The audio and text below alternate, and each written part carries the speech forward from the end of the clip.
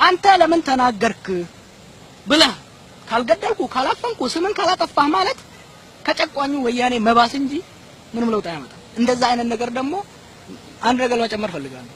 በተለይ በኦሮሞ ላይ የሚደረገው ጋጋታ ያጠነክረናል እንጂ አያደክመንም። ከኔ በፊት የነበሩ የኦሮሞ ወጣቶች እኔ ለተናገርኩት ተሰቅለዋል። ሰሞኑን አይተው እንደሆነ ጎሰኛ፣ ዘረኛ፣ ጠባብ አይደለም ይላል። ከኔ በፊት የነበሩት በ1970ዎቹና 80ዎቹ ኢቭን 90ዎቹ ውስጥ ጠባብ ብሔረተኛ በላያቸው ወገባቸው ላይ ወረቀት እየተለጠፈ ተገሏል። የኦሮሞን ህዝብ ትግል አንድ ስንዝር ወደ ኋላ አልመለሰውም። አንድ ስንዝር ወደ ኋላ አልመለሰውም፣ ወደፊት አይመለሰውም። የኛ ትግል በሚሊዮኖች የምንሳተፍበት እንጂ ጃዋር ወጣ ብሎ ስለተናገረ አይደለም። በሚሊዮኖች ተሰልፈውበት አንዱ ሲወርቅ ሌላው ያን የወደቀበትን አርማ እያነሳ የሚሄድበት ነው። እስከዛሬ ባደረግናቸው ትግሎች ውስጥ አንጸባራቂ የሆኑ ድሎችን እያስመዘገበን የመጣ ነው። ወርቅዬ የሆኑ ወንድሞቻችንን እህቶቻችንን እያጣንበት የመጣ ነው። አሁንም እያጣን ነው። ዛሬ ነገም እናጣለን። ድል እስክናደርግና ህዝባችንን የሚገባውን መብት እስክናጎናጸፍ ድረስ ወደ ኋላ የሚመለስ ነገር አይደለም። ስለዚህ ወደ ስድብ የሚመጡ ሰዎች ሊያስቡበት ይገባል። ዛሬ የሚሳደቡ ሰዎች ትላንትና ገዢዎች ነበሩ። ሀገር ሲያስተዳድሩ የኔን ወንድሞች ሲጨፈጭፉ የነበሩ ሰዎች ናቸው። የኔን አባቶች ሲጨፈጭፉ የነበሩ ናቸው። ሲጨፍጭፈው የመንግስት ኃይል ይዘው የመንግስትን መሳሪያና ቢሮክራሲ ደህንነት ይዘው የኦሮሞን ህዝብ ጥያቄ ማፈን ካልቻሉ በሬዲዮና በኢንተርኔት ማፈንና ማዛባት እንችላለን ማለት የባሰበት አባዜ ነው። እብደት ይመስለኛል። እንደውም የባሰ ቁርጠኛ እንድንሆንና የባሰ ተጠናክረን እንድንቀጥል የሚያደርገን ነው የሚሆነው። ወደ ቀደሙ ለመለስና ምናልባት አሁን አንድ ነገር አለ ብዙ ሰው የሚለው ነገር ለምሳሌ አሁን ሀገሪቷ ባለችበት ቀውስ ውስጥ ሁሉም በአንድነት ትግል በሚያደርግበት ወቅት የአንድን ብሔር ጥያቄ መዞ እንደውም አንተነ እንደውም የተባለው ጀዋር መዞ ይሄን ነገር ርዕስ ሰጥቶ ህዝቡ እንዲያወራበት ምናምን ኢሹ መፍጠር በራሱ ምን ያህል ፌር ነው? ሁለት ቁም ነገር ያለ ይመስለኛል።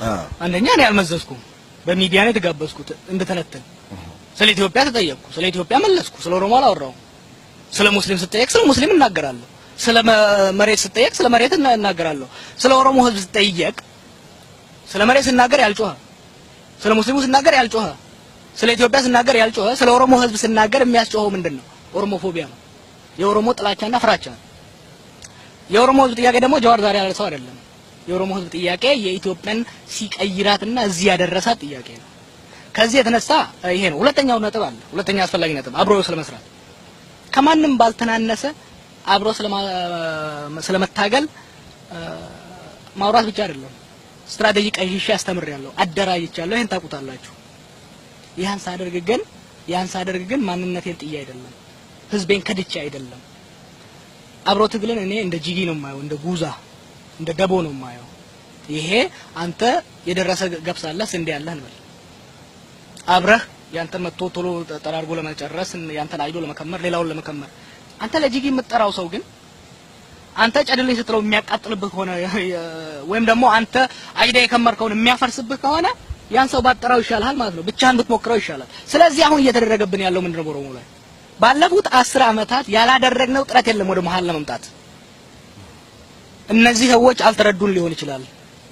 እስቲ ጠጋ ብለን እንረዳቸው፣ እስቲ አብረን እንስራ፣ እስቲ አብረን መስራት መቼም ሊያቀራርበን ይችል ይሆናል ብለን ትችት እየደረሰብን ከኛ ማህበረሰብ ውስጥ ቀረብን ወደ መሃል ሰራን። አይታችሁታል። በተለያዩ በማንቀበል አጸያፊ የሆኑ አመለካከቶች በሚተላለፉበት ትግስት አድርገን ቁጭ ብለን ተወያየን። ግን የኛ ትግስት የኛ ሆደ ሰፊነት በየዋህነት ነው። የኛ ትግስት በተስፋ ቆራጭነት ነው የተተረጎመው።